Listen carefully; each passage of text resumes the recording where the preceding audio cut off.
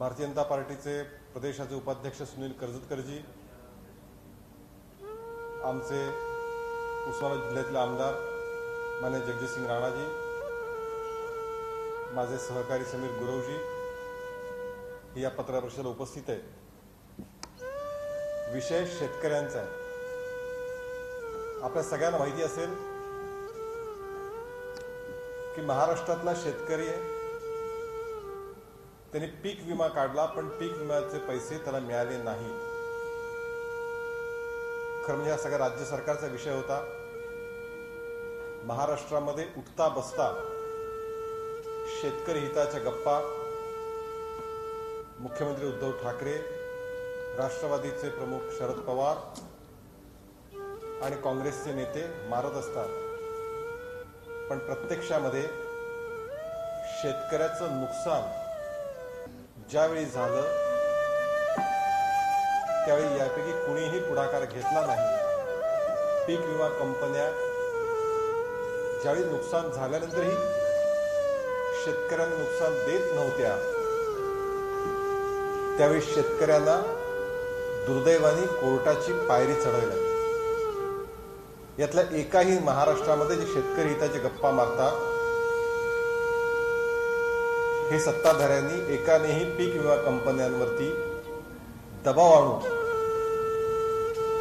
पीक विमा कंपन्यांकडून शेतकऱ्यांना नुकसान भरपाई मिळाली पाहिजे, ती दिली गेली पाहिजे, यासाठी कोणतेही प्रयत्न केले नाहीत। त्यामुळे महाराष्ट्रामध्ये शेतकरी आज पीक नुकसान झाल्यानंतरही पीक विम्यापासून वंचित आहे। तुळजापूरमध्ये, उस्मानाबादमध्ये भारतीय जनता पार्टीचे आमदार हे आता कथा सांगणार आहेत। ही एक यशस्वी कथा आहे। शेतकऱ्यांच्या संघर्षासाठी ते न्यायालयामध्ये गेले आणि न्यायालयामध्ये वारंवार त्या न्यायालयामध्ये सगळ्या गोष्टी पूर्ण केल्या आणि त्याच्यानंतरनं आज मुंबई उच्च न्यायालयाच्या औरंगाबाद खंडपीठाने हा निकाल दिलाय की पीक विमा कंपन्यांनी शेतकऱ्यांची नुकसान भरपाई दिली पाहिजे आणि जर 6 आठवड्यामध्ये जर पीक विमा कंपन्यांनी नुकसानग्रस्त शेतकऱ्यांचे पैसे दिले नाहीत तर राज्य सरकारने ते पैसे द्यावे, ते नुकसान भरवून द्यावं, असा निर्णय, निर्देश, आदेश हा न्यायालयाने दिलेला आहे। भारतीय जनता पार्टीची ही मागणी आहे की आता राज्य सरकारने वेळ काढून न करता या सगळ्या महाराष्ट्रामधल्या पीक विमा कंपन्यांवरती दबाव आणावा आणि तातडीने महाराष्ट्रातल्या शेतकऱ्यांना पीक विमा व्याज त्वरित मिळावा, अशी भारतीय जनता पार्टीची मागणी आहे। ही जी ऐतिहासिक कथा आहे, सगळ्यात ज्या आणि अतिशय यशस्वीपणे शेतकऱ्यांच्या प्रश्नासाठी भारतीय जनता पार्टी सातत्याने लढतीये, वेळ प्रसंगी न्यायालयात लढतीये आणि सत्ताधाऱ्यांचे दुर्लक्ष असताना मात्र भारतीय जनता पार्टीचे नेते त्या ठिकाणी लढतायत। त्याची सगळी कथा, सगळी माहिती ही या प्रेस कॉन्फरन्स देण्याची विनंती या लढ्याचे जिने नेतृत्व केलं असे आमदार जगजितसिंग राणा यांना मी विनंती करतो।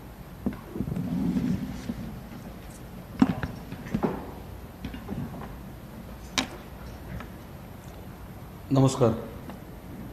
खरीप 2020 मध्ये उस्मानाबाद जिल्ह्यात पीक काढल्यानंतर अवकाळी पाऊस पडला होता।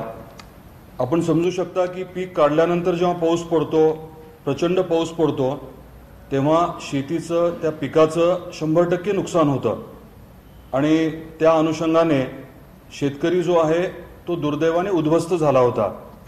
राज्यातले जवळजवळ सगळ्याच पक्षाचे नेते तिथे आवर्जून आले होते, त्यांनी स्वतः पाहणी केली। आपल्या राज्याचे मुख्यमंत्री उद्धवजी ठाकरे साहेब देखील आले होते, त्यांनी स्वतः काही ठिकाणी जाऊन पाहणी केली। त्यांनी मान्य केलं होतं की प्रचंड नुकसान झालंय। आपल्याला हे देखील आवर्जून मला सांगायचं आहे की असं जेव्हा नुकसान होतं तेव्हा 2 पद्धतीची मदत मिळत असते। एक जी आहे ते अनुदान स्वरूपात मिळते आणि दुसरं हक्काचं जे असतं अनुदान जे आहे ते अतिशय मर्यादित रक्कम असते, परंतु हक्काचं जे असतं ते पीक विमा ती मात्र नुकसान भरपाई असते. आणि हक्काचं यासाठी कारण शेतकऱ्यांनी त्याचा हप्ता भरलेला असतो. 2020च्या खरीपामध्ये साधारण 4.5 लाख शेतकऱ्यांनी विम्याचा हप्ता भरला होता आणि त्यापैकी केवळ 20% शेतकऱ्यांनाच विम्याचा लाभ मिळाला, नुकसान भरपाई मिळाली. 80% शेतकरी, 3.5 लाखापेक्षा जास्त शेतकरी हे वंचित राहिले होते.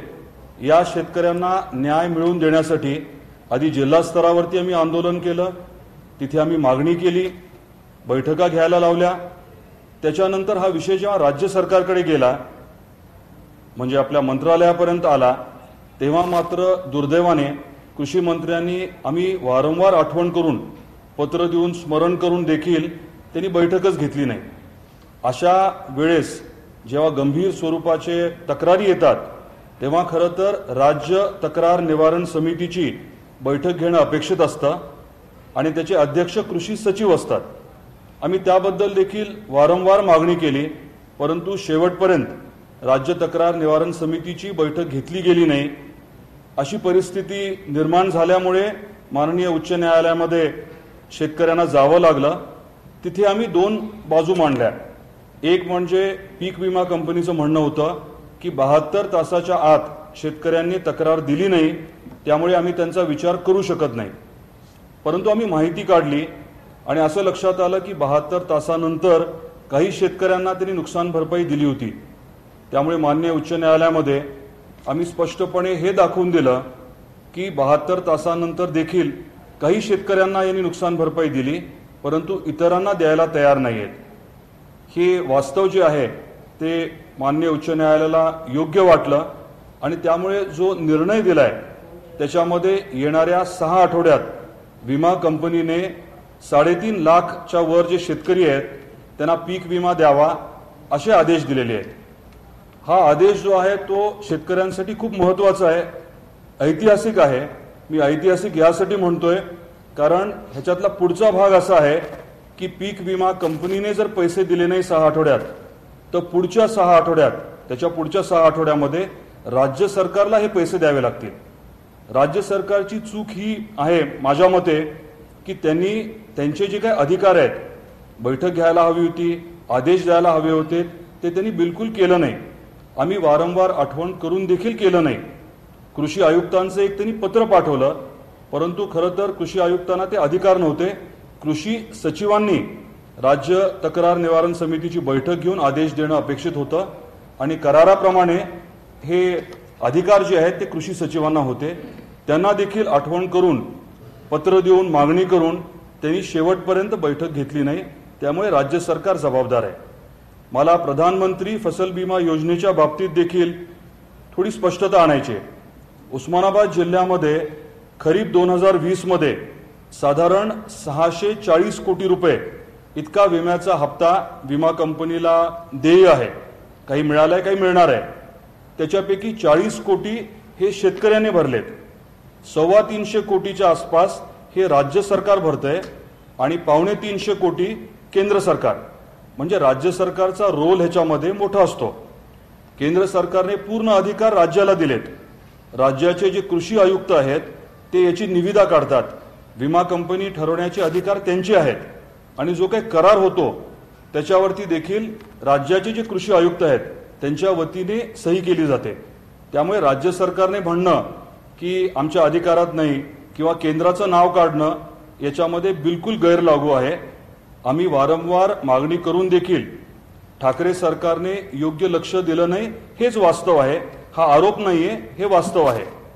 दुसरी बाजू मला आपल्या समोर मांडायची आहे, ती म्हणजे विमा कंपनीने जर पैसे दिले नाही तर राज्य सरकारला द्यावे लागतील, हा जो मुद्दा आहे. उद्या राज्य सरकारला जर पैसे द्यावे लागले तर तो जनतेचा पैसा आहे. विमा कंपनीला बाजूला ठेवून राज्य सरकार जर पैसे देणार असेल तर ते देखील चुकीचं आहे. त्यामुळे याचिकाकर्ते जे आहेत त्यांनी परवाच मुख्यमंत्री महोदयांना पत्र दिलंय आणि त्यांनी मागणी केली आहे की मुख्यमंत्र्यांनी स्वतः विमा कंपनीवाल्यांना बोलून घ्यावं, त्यांचा जो ठाकरी बाणा आहे तो दाखवावा आणि या विमा कंपन्यांच्या माध्यमातून 6 आठवड्याच्या आत पैसे जे आहेत ते पूर्णतः शेतकऱ्यांच्या खात्यावरती जमा करून द्यावे अशी मागणी त्यांनी केलेली आहे. आणि माझंही मत अगदी तेच आहे की उद्धवजी स्वतः उस्मानाबादला आले होते. इतके दिवस राज्य सरकारने मदत केली नाही. आम्ही वारंवार मागणी करून देखील साधी बैठक घेतली नाही. आणि माननीय उच्च न्यायालयाने अतिशय योग्य असे आदेश दिलेत. त्याचं पालन करण्यासाठी ठाकरे साहेबांनी उद्धवजींनी आता तरी किमान पुढाकार घेणं अपेक्षित आहे. नाहीतर मग अन्नदाता जो आहे त्याचं ऋण ठाकरे सरकार विसरलेच पूर्णतः असंच म्हणावं लागेल. आपले काही प्रश्न असतील तर कृपया आपण विचारावे.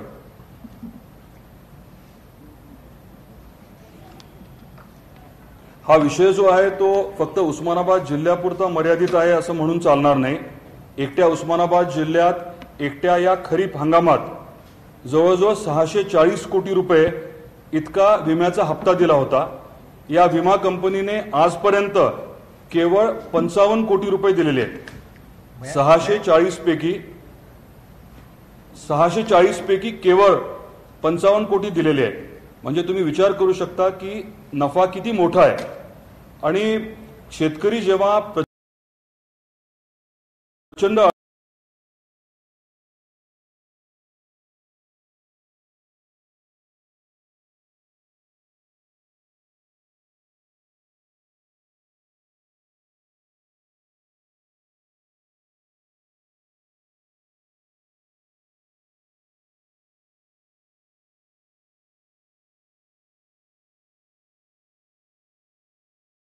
न्याय मिळवून देणं ही आता काळाची गरज आहे.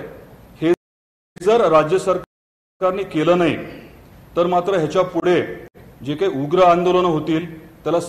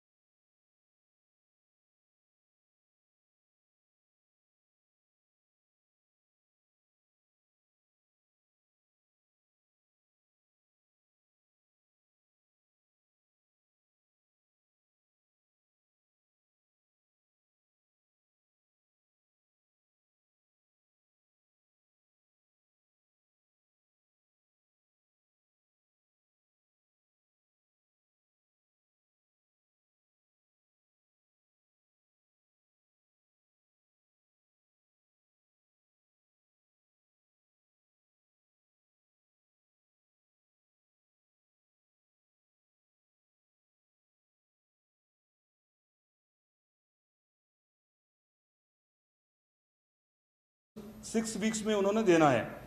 अगर 6 वीक्स में इंश्योरेंस कंपनी ने पैसे नहीं दिए तो उसके अगले 6 हफ्तों में राज्य सरकार को ये पैसे देने होंगे, ऐसा निर्णय उन्होंने दिया है। और ठाकरे सरकार और खास करके मुख्यमंत्री महोदय उनसे हमारी मांग है कि 6 हफ्ते के बीच में ही वो पीक बीमा जो क्रॉप इंश्योरेंस कंपनी है उनके थ्रू फार्मर्स के अकाउंट में ये पैसा जमा करवाए, ये हमारी मांग है।